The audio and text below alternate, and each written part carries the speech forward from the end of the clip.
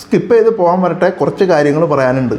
Manjummel boys അടുത്തിടെ കണ്ട സിനിമകളിൽ വെച്ച്, കുറച്ച് വർഷങ്ങളായിട്ട് കണ്ട സിനിമകളിൽ വെച്ച്, ഇന്ത്യൻ സിനിമ ആയിക്കോട്ടെ, മലയാള സിനിമ ആയിക്കോട്ടെ, ലോകോത്തര സിനിമകളായിക്കോട്ടെ, ഇത്രയും നമ്മളെ ടെൻഷൻ അടുപ്പിച്ച് പണ്ടാരടക്കുന്ന സിനിമ, നമ്മളെ ടെൻഷൻ അടുപ്പിച്ച് കൊല്ലുന്ന ഒരു സിനിമ അടുത്തെങ്ങും കണ്ടിട്ടില്ല.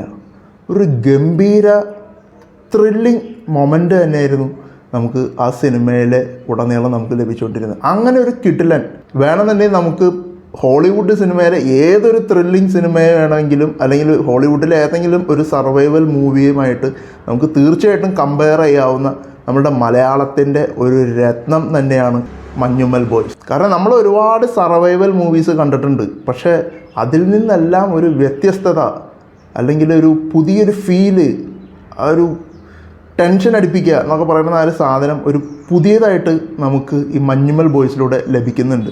തീർച്ചയായിട്ടും അതിൽ ഏറ്റവും ഇമ്പോർട്ടൻ്റ് ഘടകം എന്ന് പറയുന്നത് ആ സിനിമയുടെ ഡയറക്ഷൻ തന്നെയാണ്. ഡയറക്ഷൻ പ്ലസ് അതിലെ അഭിനേതാക്കളുടെ പ്രകടനം, അതുകൊണ്ട് മാത്രമാണ് നമുക്ക് അത്രയും മനോഹരമായിട്ടൊരു ഫീല് നമുക്ക് ഈ ചിത്രത്തിലൂടെ ലഭിക്കുന്നത്. നമുക്ക് ട്രെയിലർ കാണുമ്പോൾ മനസ്സിലാകുന്ന പോലെ തന്നെ കുറച്ച് കൂട്ടുകാർ ചേർന്ന് ഒരു ട്രിപ്പ് പോകുന്നു. ഇപ്പോൾ ആ സിനിമയിൽ നിങ്ങൾ കേട്ടിട്ടുണ്ടാവും, പണ്ടത്തെ കമലഹാസൻ്റെ ഗുണ എന്ന സിനിമയിലെ ആ ലൈൻസൊക്കെ ട്രെയിലറിൽ കാണുന്നുണ്ട്. ഇത് മനിതക്കാതലല്ലേ അതുക്കും മേലെ പുനിതമാനത് എന്നൊക്കെ പറഞ്ഞ ഡയലോഗ്. അത് എന്തുകൊണ്ടാണ് ആ ഡയലോഗ് വന്നതെന്ന് വെച്ചിട്ടുണ്ടെങ്കിൽ അത് വേറെ സസ്പെൻസോ കാര്യങ്ങളൊന്നുമില്ല. അവർ പോകുന്നത് ഗുണ കേവിലേക്കാണ്. ആ സിനിമ ഷൂട്ട് ചെയ്ത കമലഹാസൻ ആ ഒരു പെൺകുട്ടിയെ, ആ സിനിമ നടി എന്താണെന്ന് തോന്നുന്നു, ആ സിനിമ തട്ടിക്കൊണ്ടുപോയി അവിടെ ആ ഒരു കേവിലാണ് പാർപ്പിക്കണേ. ആ ലൊക്കേഷനിലേക്കാണ് ഇവരും ട്രിപ്പ് പോകുന്നത്. അതാണ് ഗുണ കേവ്. അവിടെ വെച്ച് അവരിൽ ഒരാൾക്ക് ഒരു അപകടം സംഭവിക്കുന്നതും ആ അപകടത്തിൽ നിന്നും അപകടം തരണം ചെയ്ത് അവർ എങ്ങനെയാണ് മുന്നോട്ട് വരുന്നത് എന്നാണ് നമ്മളെ സിനിമ കാണിക്കുന്നത്. നമുക്കറിയാം ഒരു സർവൈവൽ മൂവിയാണ് എന്നുണ്ടെങ്കിൽ തീർച്ചയായിട്ടും അവസാനം എന്താണ് സംഭവിക്കാൻ പോകുന്നത്, ഇങ്ങനെയൊക്കെ ആയിരിക്കും സംഭവിക്കുക എന്ന് നമുക്ക് ഒരു 99% നമുക്കറിയാം. എന്നിട്ടും നമ്മളെ ആ സിനിമ ത്രില്ലടിപ്പിക്കുന്നുണ്ട് എന്നുണ്ടെങ്കിൽ അത് ആ ഡയറക്ഷൻ്റെ കഴിവ് തന്നെയാണ്. ഞാൻ മുൻപും പലപ്പോഴും തർക്കിക്കാറുള്ള ഒരു കാര്യമാണ്, ഒരിക്കലും തിരക്കഥയോ കഥയോ അല്ല ഏറ്റവും പ്രധാന ഘടകം സിനിമ വിജയിക്കാൻ. കാരണം ഒരു നല്ലൊരു കഥ നമുക്ക് ആർക്കും ഉണ്ടാക്കാം, നല്ലൊരു തിരക്കഥയും ആർക്കും ഉണ്ടാക്കാം. പക്ഷേ അതിനെ വിശ്വസനീയമായ രീതിയിൽ ഫലിപ്പിച്ചെടുത്ത് അതിനെ വിഷ്വലി ക്രിയേറ്റ് ചെയ്യുന്നത് ആ ഡയറക്ടറുടെ ഒരാളുടെ ഡയറക്ഷൻ കൊണ്ടാണ്, അല്ലെങ്കിൽ അയാളുടെ ക്യാപ്റ്റൻസിയിലാണ്. അതൊന്ന് പാളിപ്പോയാൽ തീർച്ചയായിട്ടും അതിൻ്റെ ഉത്തരവാദിത്വം ഡയറക്ടർക്ക് തന്നെയാണ്. അപ്പോൾ ഈ സിനിമയിൽ നമ്മളൊരു സർവൈവൽ മൂവിയിൽ നമുക്കറിയാം ഇതിൽ പ്രത്യേകിച്ചൊരു കഥയൊന്നുമില്ല. ഒരു അപകടം സംഭവിക്കുന്നു, അതിൻ്റെ സിമ്പിളാണ്, സിംഗിൾ ലൈൻ പറയാനാണെന്നുണ്ടെങ്കിൽ ഒരു അപകടം സംഭവിക്കുന്നു, അതിൽ നിന്ന് അവർ രക്ഷപ്പെടുന്നു, അല്ലെങ്കിൽ അതിൽ നിന്ന് അവർ രക്ഷപ്പെടുന്നില്ല, ഇത്രേ ഉള്ളൂ. പിന്നെ സിനിമ മൊത്തത്തിൽ നന്നായി വരാൻ തീർച്ചയായിട്ടും എല്ലാ ഘടകങ്ങളും, ലൈറ്റ് ബോയ് ഉൾപ്പെടെയുള്ളവർക്ക് എഡിറ്റിംഗ് ആയിക്കോട്ടെ, ഓൺ സൈറ്റ് അല്ലെങ്കിൽ ഓഫ് സൈറ്റ്, എല്ലാവർക്കും ഈക്വലി ഇമ്പോർട്ടൻസ് ഉണ്ട്. പക്ഷേ ഞാൻ പറഞ്ഞു വരുന്നത് അതിൻ്റെ ക്യാപ്റ്റൻസിയിൽ തീർച്ചയായിട്ടും ആ ഡയറക്ഷനിൽ തീർച്ചയായിട്ടും ഏറ്റവും വലിയൊരു ഘടകം അല്ലെങ്കിൽ ഏറ്റവും വലിയൊരു ഇമ്പോർട്ടൻസ് ഒളിച്ചിരിപ്പുണ്ട്. സത്യം പറഞ്ഞാൽ മഞ്ഞുമ്മൽ ബോയ്സ് സിനിമയ്ക്ക് വലിയൊരു ഹൈപ്പോ കാര്യങ്ങളോ ഒന്നും ഉണ്ടായിരുന്നില്ല. ഒരു സാധാരണ ഒരു ചെറിയ പടം, പക്ഷേ അതിൽ ഒരുപാട് സ്റ്റാർ കാസ്റ്റും കാര്യങ്ങളുള്ളതുകൊണ്ട് ചിലരൊക്കെ നോട്ടീസ് ചെയ്തിട്ടുണ്ടാവും. പിന്നെ ജാനമൻ എന്ന സിനിമയ്ക്ക് ശേഷം ചിദംബരത്തിൻ്റെ സിനിമ ആയതുകൊണ്ടും പലരും ശ്രദ്ധിച്ചു കാണും. അതല്ലാതെ ആ സിനിമയ്ക്ക് ഒരു ചെറിയ ഹൈപ്പ് പോലും ഉണ്ടായിരുന്നില്ല. പക്ഷേ ആ സിനിമയ്ക്ക് ഒരു ചെറിയൊരു അറ്റൻഷൻ നേടിക്കൊടുത്തത് സുഷിൻ ശ്യാമിൻ്റെ ആ ഒരു ഇൻ്റർവ്യൂവിലെ വാക്കുകളിലൂടെയാണ്. അങ്ങനെയാണ് ആ സിനിമയെ പറ്റി അറ്റ്ലീസ്റ്റ് സിനിമ ലവേഴ്സിൻ്റെ ഇടയിലെങ്കിലും ഒരു ടോക്ക് നടക്കുന്നതും ആ സിനിമയ്ക്ക് ചെറിയൊരു ഹൈപ്പ് കിട്ടുന്നതും. പക്ഷേ ടിനു പാപ്പച്ചൻ വാലിബനെ കുറിച്ച് പറഞ്ഞതുപോലെ ആയില്ല. സിനിമയിൽ ഒരുപാട് താരങ്ങളുണ്ടെന്ന് പറഞ്ഞു. നമുക്ക് ജീൻ പോൾലാലിനെയൊക്കെ താടിയില്ലാതെ കാണുമ്പോൾ എനിക്ക് സത്യം പറഞ്ഞ സിനിമ തുടക്കത്തിൽ എനിക്ക് മനസ്സിലായില്ല അദ്ദേഹത്തെ. പിന്നീടാണ് ഞാൻ ഇവൻ എവിടെയോ കണ്ടിട്ടുണ്ടല്ലോ എന്നിങ്ങനെ ആലോചിച്ച് പുള്ളിയുടെ മാനറിസങ്ങളൊക്കെ കണ്ടപ്പോഴാണ് ഇത് പുള്ളിയല്ലേ എന്ന് പോലും എനിക്ക് മനസ്സിലായത്. അപ്പോൾ ഇതിൻ്റെ കാസ്റ്റിങ് ഒരു 8-9 പേരുടെ ആ ഒരു കൂട്ടമാണ്. ആ കാസ്റ്റിങ് നടത്തിയിരിക്കുന്നത് അതിൽ തന്നെ ഒരു അഭിനേതാവായിട്ടുള്ള ഗണപതിയാണ്.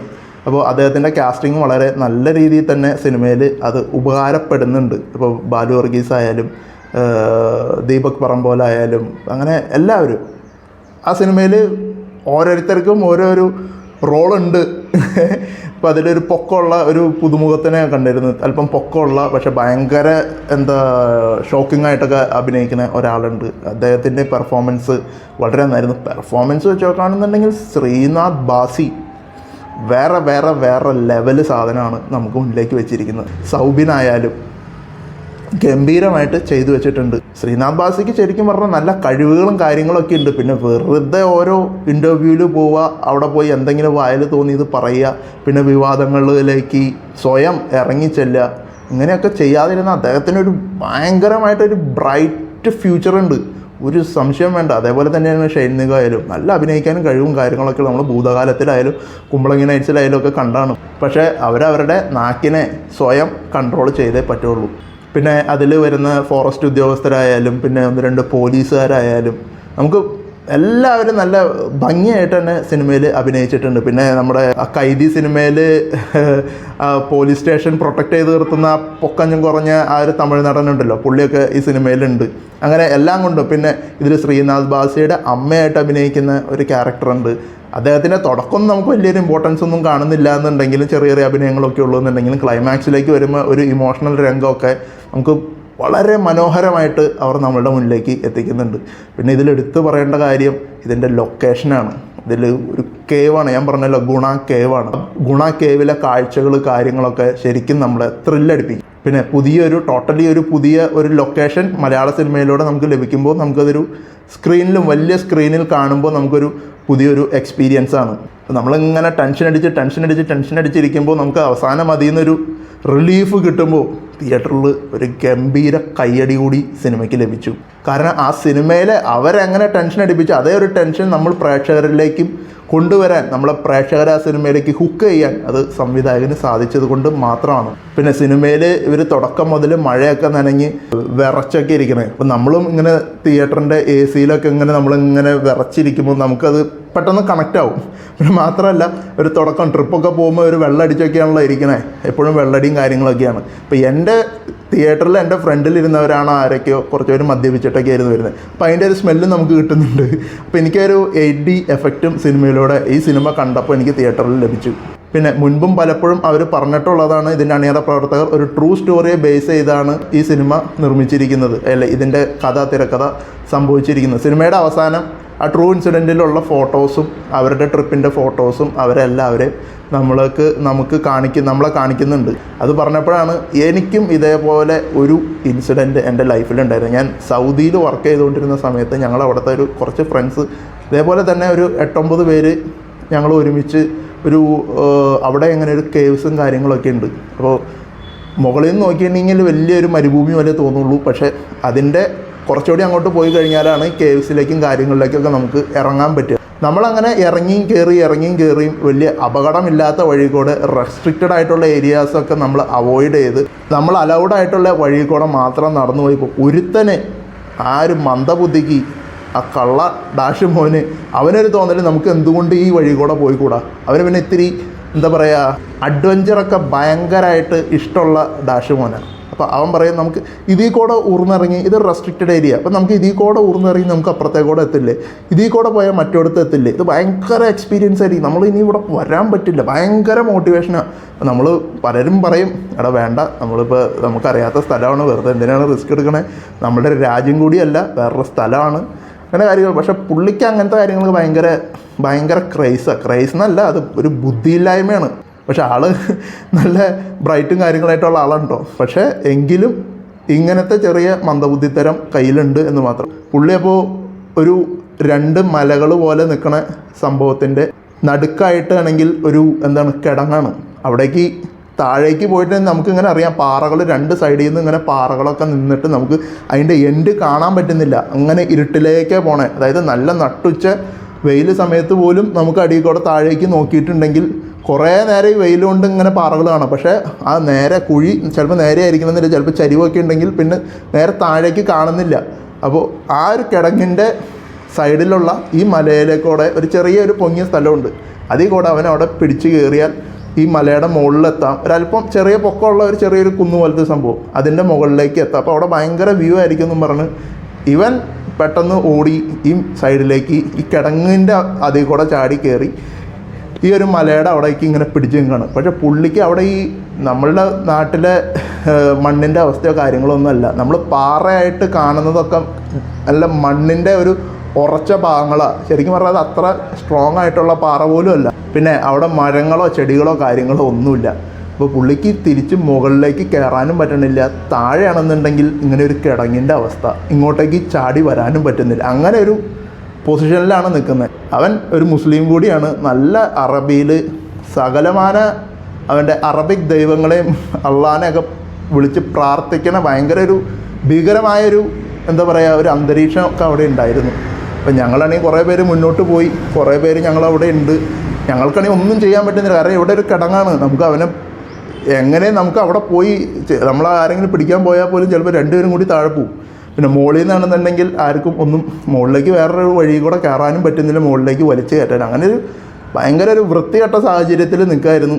പക്ഷേ എങ്ങനെയൊക്കെയോ എന്തൊക്കെയോ സംഭവിച്ച് ആൾ രക്ഷപ്പെട്ടു പോന്നു. അപ്പോൾ ഈ സിനിമ കാണുമ്പോൾ അല്ലെങ്കിൽ ഇങ്ങനത്തെ കുഴികൾ കാര്യങ്ങളൊക്കെ കാണുമ്പോൾ എനിക്ക് എപ്പോൾ കണ്ടാലും ആ ഒരു ഭീകരൊരു എക്സ്പീരിയൻസ് പെട്ടെന്ന് ഓർമ്മ വരും.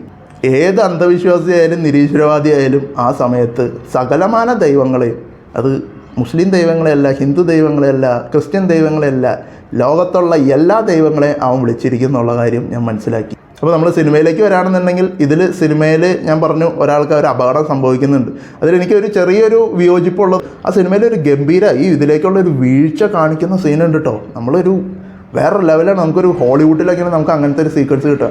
ആ വീഴ്ചയിൽ നമുക്ക് ശരിക്കും ഫീൽ ചെയ്യും. അത് അയാൾ വീഴുന്നുണ്ട്, അയാൾക്ക് ആ ഒരു അപകടം സംഭവിക്കുകയാണ്. നമുക്ക് ആ വീഴ്ച കാണുമ്പോൾ അറിയാം എല്ലൊക്കെ നുറുങ്ങിപ്പോണ, അവിടെ ഇവിടേക്ക് ഇടിച്ച് എല്ലൊക്കെ നുറുങ്ങിപ്പോണ അവസ്ഥയാണ്.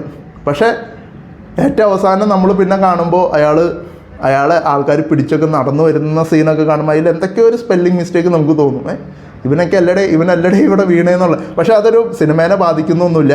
നമ്മൾ എന്താ പറയുക, നമുക്കൊരു ബോർ എക്സ്പീരിയൻസ് ഒന്നല്ല. പക്ഷേ പെട്ടെന്ന് ഓർത്തപ്പോൾ അത് പറഞ്ഞു എന്ന് മാത്രം. അപ്പോൾ ഞാൻ ആലോചിക്കുന്നത് ഇപ്പം മലയാള സിനിമയുടെ ഏറ്റവും സുവർണ സമയം തന്നെയാണ്. ഇപ്പോൾ അന്വേഷിപ്പിൻ കണ്ടെത്തും ഹിറ്റായി, പ്രേമലു ഹിറ്റായി, ഭ്രമയുഗം ഹിറ്റായി, ഇപ്പോൾ ദേ മഞ്ഞുമ്മൽ ബോയ്സും ഇതും വൺ ഹിറ്റിലേക്ക് കടന്നുകൊണ്ടിരിക്കുകയാണ്.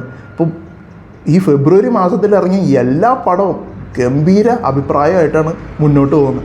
അപ്പോൾ ഇങ്ങനെ ഈ 4 സൂപ്പർ ഹിറ്റ് പടങ്ങൾ ഓടിച്ചോട്ടാണ് ഫിയോക്ക് പറയണേ ഞങ്ങൾ ഇനി അങ്ങോട്ടുള്ള സിനിമകൾ റിലീസ് ചെയ്യുന്നില്ല എന്ന്. അത് ഒരു വലിയൊരു തെണ്ടിത്തരമാണ്, ഇരട്ടത്താപ്പാണ്. അതായത് ഈ സിനിമകളൊക്കെ ഓടി കുറേ നാൾ, ഇപ്പോൾ 1 മാസം 1.5 മാസമൊക്കെ സുഖമായിട്ട് ഈ 4 സിനിമകൾ ഉള്ളതുകൊണ്ട് സുഖമായിട്ട് എല്ലാ തിയേറ്ററിലും ഓടും. പിന്നെ ഇവർ ഇനി ഒരു സിനിമ എടുക്കുന്നില്ല, ഞങ്ങൾ സമരമെന്ന് പറയുന്നത് വെറും എന്താ പറയുക, അതിന് എന്ത് വാക്ക പറയണതെന്ന് അറിയില്ല. ചുമ്മാ അതൊക്കെ പ്രശ്നങ്ങൾ പരിഹരിച്ച് മുന്നോട്ട് പോകാറുണ്ട്. ഇതിങ്ങനെ ബഹളം വെച്ചുകൊണ്ടിരുന്നിട്ട് ഒരു കാര്യമില്ല. അപ്പോൾ തീർച്ചയായിട്ടും തിയേറ്ററിൽ പോയി എക്സ്പീരിയൻസ് ചെയ്യേണ്ട മലയാളത്തിലെ one of the best survival ത്രില്ലറാണ്, അല്ലെങ്കിൽ ഇന്ത്യയിലെ തന്നെ one of the best survival thriller സിനിമയാണ് Manjummel boys. Don't miss it. അപ്പോൾ നമ്മൾ മഞ്ഞുമ്മൽ ബോയ്സിന് നമ്മൾ കൊടുക്കുന്ന റേറ്റിംഗ് 9.5 ഔട്ട് ഓഫ് 10. അയ്യോ, അതിൽ ഒരു കാര്യം പറയാൻ പറഞ്ഞത്, അതിലെ മ്യൂസിക് സുഷിൻ ശ്യാമാണ്. നമ്മളെ ത്രില്ലിങ്, നമ്മളുടെ ആ ഒരു എക്സ്പീരിയൻസ് കൂട്ടാനായിട്ട് അദ്ദേഹം വളരെ മികച്ച ഒരു മ്യൂസിക്കും അതിന് നല്ലൊരു ബാക്ക്ഗ്രൗണ്ടായിട്ട് കൊടുക്കുന്നുണ്ട്. പക്ഷേ എവിടെയൊക്കെ നമുക്കൊരു അവതാർ 2-ൻ്റെ മ്യൂസിക്കിൻ്റെ ഒരു ടച്ച് കിട്ടുന്നുണ്ട്, എങ്കിലും നല്ലൊരു എക്സ്പീരിയൻസ് ആയിരുന്നു ഓവറോൾ. ഇപ്പോൾ സിനിമ കണ്ടവരാണെന്നുണ്ടെങ്കിൽ നിങ്ങളുടെ അഭിപ്രായവും നമ്മുടെ വീഡിയോ പറ്റിയുള്ള അഭിപ്രായവും നമ്മളെ കമൻറ്റ് ബോക്സിലൂടെ അറിയിക്കുക. അപ്പോൾ ഇന്നത്തെ വീഡിയോയിൽ നമുക്ക് ഇത്രയൊക്കെ പറയാനുള്ളൂ. നമ്മുടെ വീഡിയോസ് ഇഷ്ടമാകുന്നുണ്ടെങ്കിൽ ലൈക്ക് ചെയ്യുക, ഷെയർ ചെയ്യുക, സബ്സ്ക്രൈബ് ചെയ്യുക. സുഹൃത്തുക്കൾ നമ്മുടെ ചാനൽ സബ്സ്ക്രൈബ് ചെയ്ത് നമ്മളെ സപ്പോർട്ട് ചെയ്യുക. അഥവാ നമ്മുടെ വീഡിയോസ് ഇഷ്ടമാകുന്നുണ്ടെങ്കിൽ തീർച്ചയായിട്ടും ഡിസ്ലൈക്കും ചെയ്യാവുന്നതാണ്. അപ്പോൾ ഇതിലും മനോഹരമായ മറ്റൊരു വിശേഷവുമായി നമുക്കിനി അടുത്ത വീഡിയോയിൽ കാണാം. അപ്പോൾ അങ്ങനെ കാര്യങ്ങൾ താർക്കാമല്ലേ. ബൈ.